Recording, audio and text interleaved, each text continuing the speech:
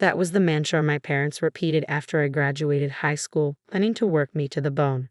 The thought of living that way for the rest of my life was unbearable. I was determined to escape, no matter the cost. I had no idea then how drastically my choices would alter my future. My name is Fiona, and I'm 40 years old. I work and live at a hotel owned by my Uncle Henry. We're not just a part-timer. I'm the front office manager. It's been over 20 years since I first set foot in this hotel, all because of an event I'd rather forget. Today, I want to share that story with you. I grew up in a typical rural town.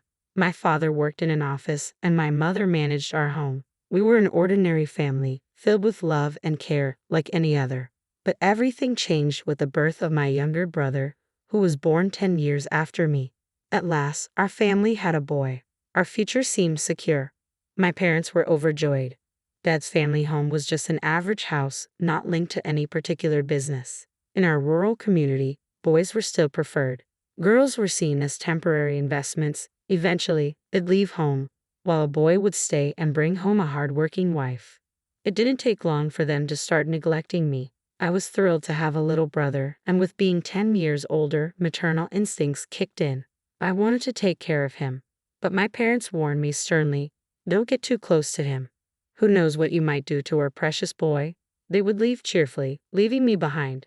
Daniel, as they named him, quickly became the center of their world, adored far more than they ever had cared for me.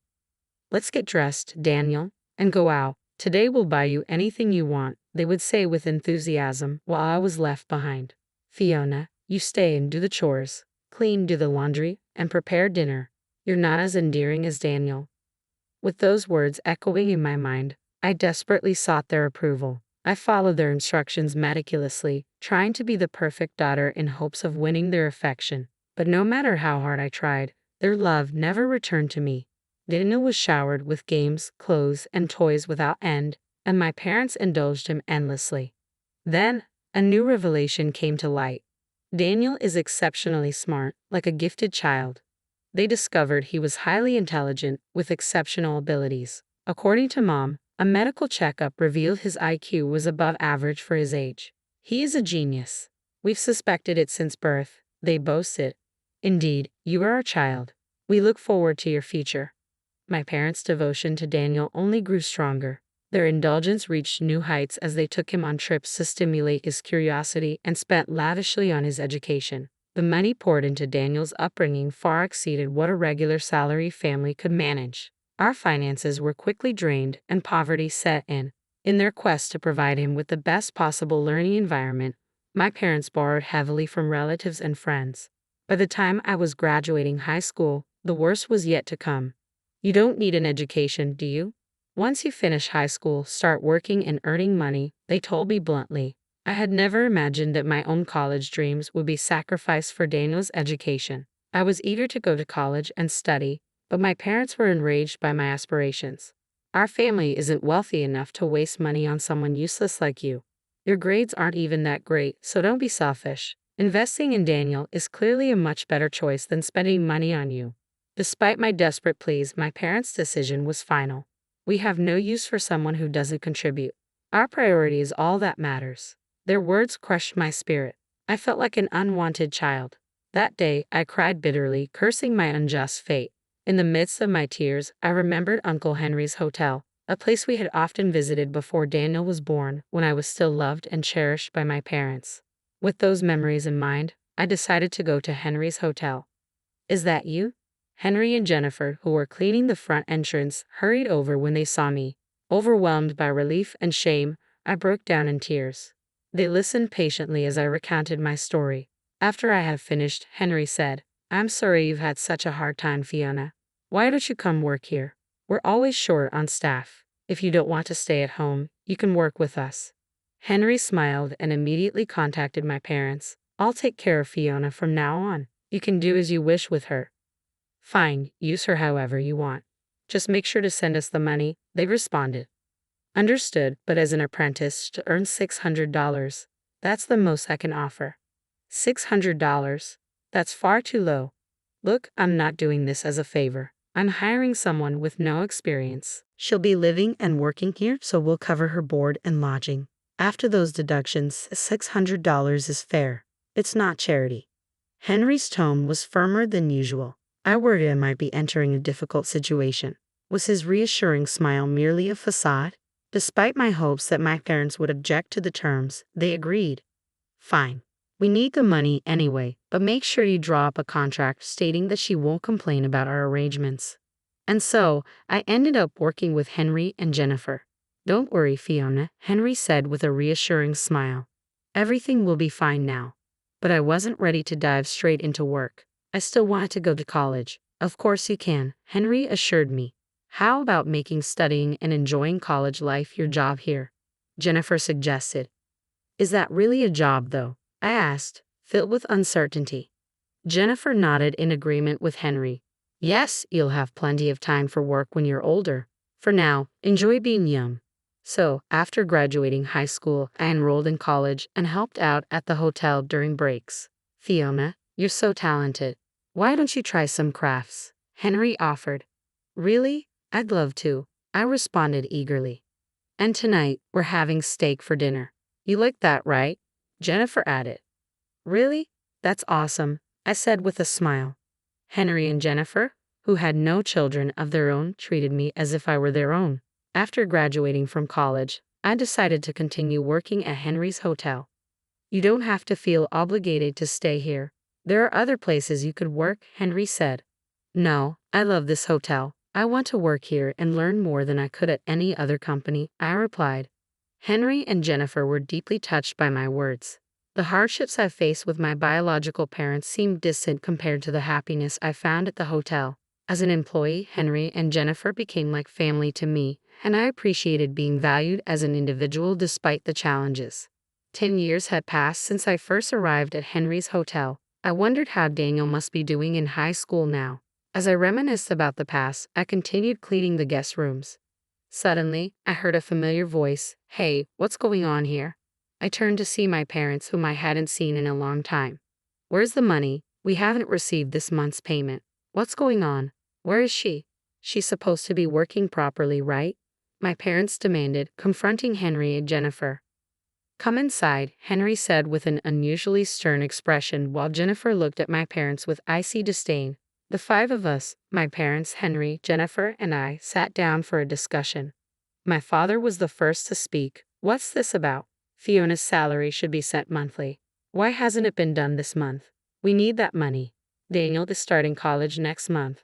How are we supposed to pay for it without that money? Don't worry about it. Is Daniel attending a private university? I felt a bit detached from their conversation. Remember the agreement. You promised not to interfere with our employees' matters, Henry said firmly. That's absurd. Fiona is our daughter, my father retorted. It's quite something for you to say that after neglecting her for 10 years and only caring about the money, Jennifer responded coldly. But their concerns remained focused solely on financial matters, as if on repeat. Just give us the money. Do you have any idea how expensive college is? Calm down. Daniel will be working at the hotel starting next month, Henry announced. What? Even I was taken aback by this news. Why is Daniel going to work here? My parents asked in confusion. I received a call from him last month. He was eager to work here, so he sent his resume, and we conducted a phone interview. He impressed us, so we hired him on the spot, Henry explained with a smile. Hold on a minute. What do you mean? We don't approve of this without our consent, my parents protested. That's precisely why we're glad you're here. Please sign here to approve, Jennifer said, holding out a document. What? It dawned on me. Henry and Jennifer had anticipated that my parents wouldn't come unless it seemed like their own idea, so they had manipulated the situation to ensure their presence. Initially, the money was sent to you at Fiona's request to prevent Daniel from facing hardship. But now that Daniel is willing to work here, there's no need for those payments anymore. That's why we stopped the transfers, Henry explained. I had no knowledge of this arrangement, as I had left all financial matters related to sending money in Henry and Jennifer's hands. I won't accept this. Daniel is exceptional. He's not like those who are useless without a college degree, Dad exclaimed, pointing at me. Not attending college? What are you talking about? Fiona graduated from a state university, Jennifer said. A state university? When did you? I began to explain. I've already graduated and am working here at the hotel. What? I was speaking to my parents for the first time in nearly a decade when another guest entered. I'm living here from today, Daniel announced, clad in his hotel uniform. Daniel. Mom covered her face in disbelief. Daniel, you look great. Is the uniform fitting well?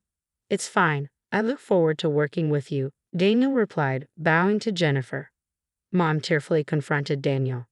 Daniel, you're a smart boy. You shouldn't be doing this kind of hospitality work meant for anyone. You're destined for more dignified work. I'm not smart. I had poor grades in high school, according to Dad and Mom. Doesn't that make me useless? No, we never meant that. You used those words to keep Fiona from going to college. Then I surely don't deserve to go, right? But nowadays, not going to college is considered embarrassing. As parents, you've embarrassed your own daughter by preventing her from pursuing her education. How does that reflect on you? We believed in your potential and invested heavily in you. That was never my request, Daniel replied.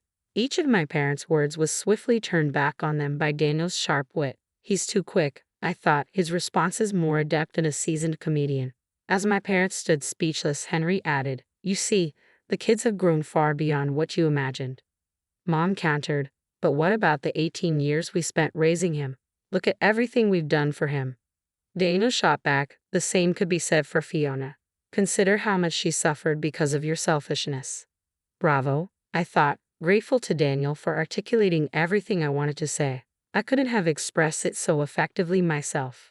I'm leaving home, Daniel declared. If you don't sign the approval, I'll reveal everything you've done to Fiona to everyone. Rumors spread quickly in the countryside, and I doubt you'd want that, Jennifer said, her smile devoid of warmth. The countryside is indeed unforgiving. Everyone knows each other, and rumors spread like wildfire. Bad rumors, especially, can turn into real calamities, I added. They were well aware of this, having lived in the rural area themselves. Let's avoid making more noise than necessary. Please leave, Jennifer said, her smile dismissive as she ushered them out. I stood protectively in front of Daniel, ready to shield him. From now on, please leave your child to us. I, too, managed a smile as I saw them off. Unbeknownst to her parents, I had been meeting with Daniel in secret since I left home. Sneaking around to see him without our parents' knowledge had been quite a challenge. I was concerned about Daniel growing up in such an abnormal environment. As he got older, he began to recognize the issues within our family. Despite everything, we had forged a sibling bond in secret. That was quite the comeback, Daniel. Well done, I said with a smile. And Daniel replied, That was all part of the script from Henry. I just added a bit of my own improvisation. Maybe you're cut out for acting, I suggested as he prepared to leave. Are you really going to work here instead of going to college? I asked. Well, I'm not great at studying and my grades weren't the best, so I decided to work here instead, he explained. Do you have a specific goal? What do you want to do, Daniel? I want to become a chef. That's why I asked Henry to hire me so I could learn cooking here. Ah, that makes sense. If cooking is your main interest, I know of a culinary school about 50 miles from here. Would you like to go there? But school is expensive, and I don't have the money, Daniel replied. Don't worry, leave it to me, I said, pulling out my mobile phone to show Daniel my bank statement. Where did you get all this money? That's what I've saved over the last 10 years, I explained. I want you to use it. I've been saving a bit for my part-time jobs and hotel salary since college, anticipating a moment like this. Let me do something clever for once, I said with a smile, tapping my chest. Daniel's eyes filled with tears as he looked at the statement. He passed the entrance exam and was admitted to the culinary school, where he lived in a dormitory due to the distance from the hotel. After graduating, we traveled together, sampling dishes at various restaurants. Now, he's the chef and owner of a restaurant specializing in creative cuisine.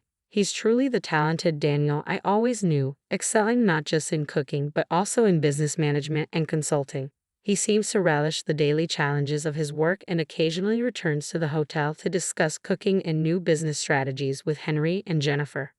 One day, I'd like to return to this hotel after gaining more experience, Daniel said. Since then, my parents, shamed by their children's departure and exposed by neighborhood gossip, have fled their home. Who leaked the information? The house had become toxic. It's best to stay away from it. Selling their children was reprehensible. I want nothing to do with them. The house is now considered hazardous and they live in isolation quietly somewhere else. Occasionally, they contact Henry and Jennifer, hoping to hear from or see their children. "You don't have children. We're taking care of them," Henry would say. "No, but they firmly rejected us," my parents would reply. As for me, I continue to work diligently every day as the front office manager. Recently, Henry and Jennifer made me an intriguing offer. "How about eventually taking over the hotel?" Henry proposed. "We know it's a demanding job, but we believe Fiona can handle it." "Hotel manager?" Jennifer asked, visibly aged and clearly looking forward to retiring and enjoying the rest of their lives. "I understand. I'll do my best to repay your kindness," I replied without hesitation. "I'll need to stay calm and composed, considering I'll be the hotel manager one day. It's been a challenging journey, but now each day feels fulfilling. I used to live carefully to avoid upsetting my parents, but now I'm here, instructing employees to greet customers with enthusiasm and cheer.